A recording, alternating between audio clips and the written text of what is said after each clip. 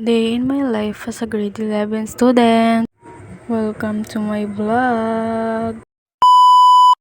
Break time na nga po pala ng mga oras na yan and bumaba lang po pala kami para pumunta na sa lab and para makasagot na rin kami and naubusan po kasi kami ng time kaya naupa lang po kami magsasagot para mapirmahan na din ni ma'am yung notebook namin.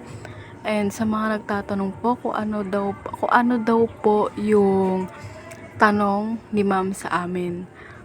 Eto po, look at the mirror and what do you see? O, diba? Hindi na nga po pala ako nag-video niyan kasi bawal po. And fast forward guys, nasa room na nga po pala ako. And tingnan mo, nakataas pa talaga yung paa ni ate ko. Diyos ko po. Yan lang, ginawa namin. Charis. And fast forward guys, lunch break na nga po pala yan. Yari na nga po pala kami kumain yan and papunta na rin po kami sa school para bumalik na and malilate na din po kasi kami.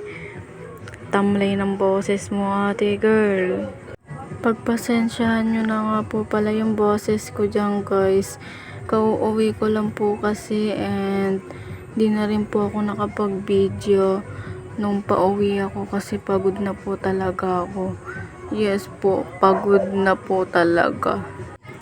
Yan nga lang po pala ang aking kaganapan for today's video. Thank you for watching. Mwah!